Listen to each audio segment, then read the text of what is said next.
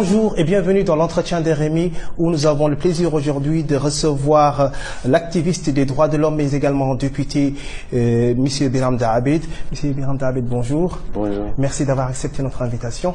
Merci. Alors, depuis quelques années, vous luttez contre l'esclavage en Mauritanie. Le gouvernement a reconnu l'esclavage comme crime contre l'humanité. Qu'en dites-vous aujourd'hui?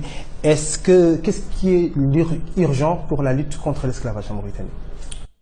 Ce qui est urgent pour éradiquer l'esclavage en Mauritanie, c'est de dégager ce gouvernement, ce régime qui, par une main, fait voter et dicte des lois contre l'esclavage, ratifie des conventions internationales contre l'esclavage, mais mène une guerre sans merci contre les militants abolitionnistes pacifiques qui veulent dénoncer les crimes d'esclavage et les amener devant les tribunaux.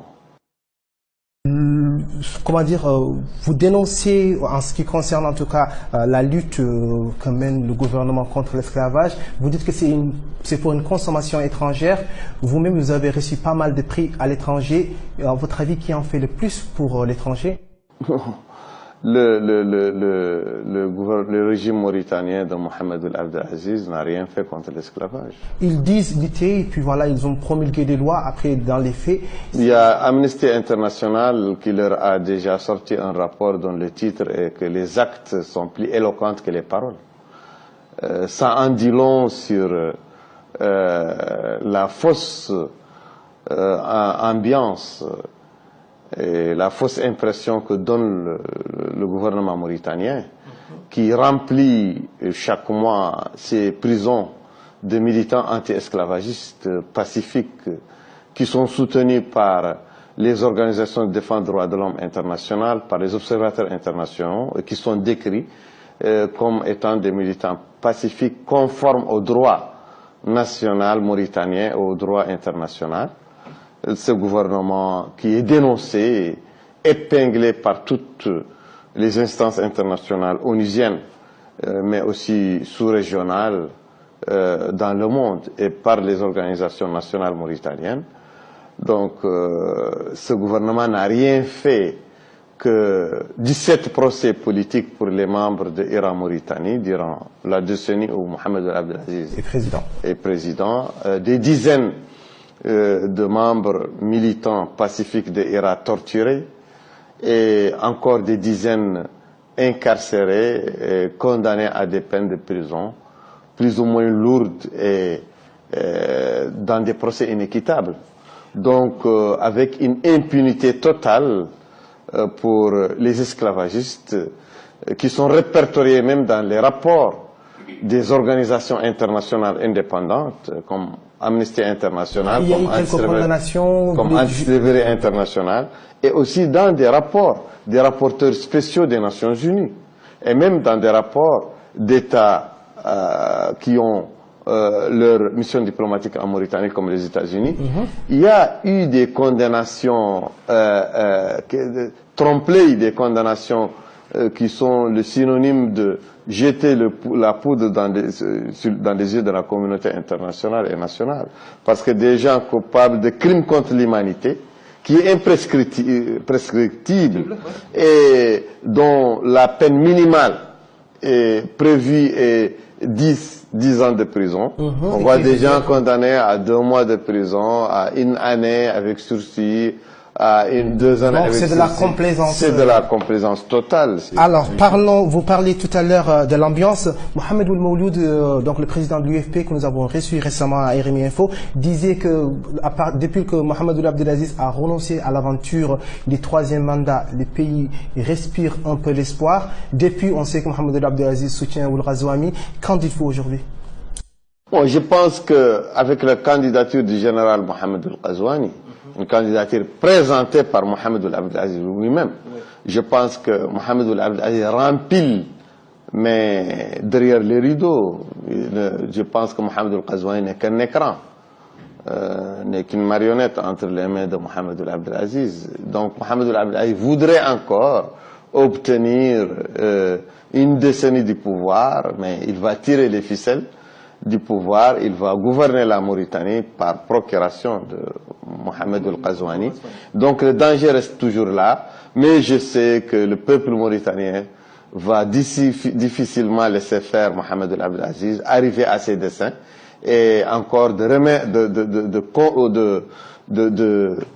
conserver sous sa coupe encore le pouvoir en Mauritanie 10 prochaines années en élisant Mohamed El Ghazouani. Ce sera difficile. Le peuple n'acceptera. Alors, avant d'en parler vraiment du peuple, Ould Ghazouani est candidat, Moulay Ould Aghdaf également est candidat. Est-ce que vous pensez que c'est l'implosion qui est en train d'arriver ou bien c'est une tactique du gouvernement pour encore jeter de la poudre aux yeux des gens? Je pense que Ould Ghazouani, Ould Mohamed El Aghdaf, Sidi Mohamed Ould Boubacar, tous les trois sont des candidats du système. Je pense que c'est une tactique, une stratégie de la part de Mohamed Ould Abdelaziz parce que les trois sont les hommes de Mohamed Ould Abdelaziz. Alors, l'opposition radicale donc réunie au sein de l'FNDU avec le Sawab, donc le parti avec lequel vous avez fait alliance IRA, dit ne pas recevoir votre candidature pour être soutenu, en tout cas pour être le candidat de l'opposition. Est-ce que vous avez déposé votre candidature pour être soutenu, pour être le candidat de l'opposition? Non, moi je ne pense pas que le candidat de l'opposition, on doit aller chercher sur des papiers. Je pense qu'on doit aller chercher sur le terrain. Je pense que le candidat, c'est sa trajectoire, sa stature de présidentiable, c'est son engagement, c'est son accompagnement par le peuple et c'est son discours, son programme qui fait le candidat. Et je pense que toutes ces qualités d'un candidat de l'opposition ne se retrouvent que dans Biram David, qui est déjà candidat, chacun le sait, et le parti Sawab, comme les autres partis, je ne suis pas le candidat d'un parti, je suis le candidat indépendant. Je suis un candidat indépendant, je ne suis pas le candidat d'un parti, mais tous les partis peuvent me soutenir et je pense que... Vous les invitez à vous soutenir? J'ai déjà invité et je profite encore de votre micro pour inviter tous les partis d'opposition, toute la société civile, tous les mouvements des jeunes, et toutes les personnes qui étaient astreintes par l'arbitraire de Mohamed Ould Abdelaziz de rester dans son parti, de rester dans sa mouvance, de sortir, de se libérer et de venir soutenir la candidature de la rupture, la candidature du changement, qui est ma candidature. Alors, quelle stratégie à mettre en place donc pour que la société civile, l'opposition puisse arriver à une alternative, une vraie alternative? C'est le premier jalon de cette stratégie, c'est de choisir un candidat ancré dans l'opposition. Un candidat qui a déjà fait ses preuves dans la confrontation systématique contre le système en place depuis sa naissance. Un candidat qui a une légitimité nationale à travers une fermeté dans ses positions, dans son discours, dans son engagement contre le pouvoir. Il faut aussi un candidat qui a démontré sa capacité à soutenir toutes les grandes questions qui intéressent les Mauritaniens, qui sont liées à l'espoir, à la vie, à la situation des Mauritaniens, les questions des droits de l'homme, les questions de l'économie, les questions de la justice sociale, les questions de la réconciliation nationale, les questions de la réappropriation par les Mauritaniens de leur patrimoine économique, minier, halieutique qui a été capté par Mohamed Ould Abdelaziz et ses courtisans, et son clan, et sa famille. Je pense que aussi un candidat qui a démontré aussi une stature internationale. Je pense que ce sont les éléments d'abord de la stratégie gagnante de l'opposition, c'est de choisir un candidat qui a une rupture radicale. Un candidat de rupture radicale et un candidat aussi qui a fait ses preuves, qui a la capacité de créer un courant, de soutenir un discours, d'avoir une longue haleine dans la lutte, d'avoir une patience, une endurance, une carapace. Je pense que je suis le seul candidat sur lequel l'opposition peut miser pour changer la situation des Mauritaniens. Une dernière question sur la candidature. Donc, une personne comme Mohamed Ould Bouamatou, il est complètement écarté vu que, à un moment donné, il a été quand même proche de Mohamed Ould Abdelaziz. Je pense que Mohamed Ould Bouamatou, depuis sa rupture avec Mohamed Ould Abdelaziz, a démontré une combativité, a démontré une fermeté, a démontré une solidité dans les positions de confrontation avec le pouvoir. Il est rangé radicalement dans l'opposition, mais je pense qu'il est présidentiable, comme bien d'autres, mais je pense que je suis le plus présidentiable de tous. Alors, certains Mauritaniens se disent choqués par certains de vos paroles qu'ils trouvent virulents. Que leur dites-vous? Mais je dois être virulent quand la situation le requiert.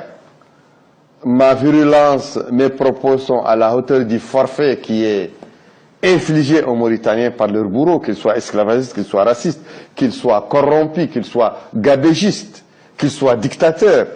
Voilà, contre ces gens, je resterai toujours ferme, je resterai toujours virulent, mais cette virulence, quand même, a fait de moi le Mauritanien le plus populaire, l'activiste et l'homme politique le plus aimé, le plus choyé. Et voilà, je ne m'en plains pas. On ne change pas une équipe qui gagne.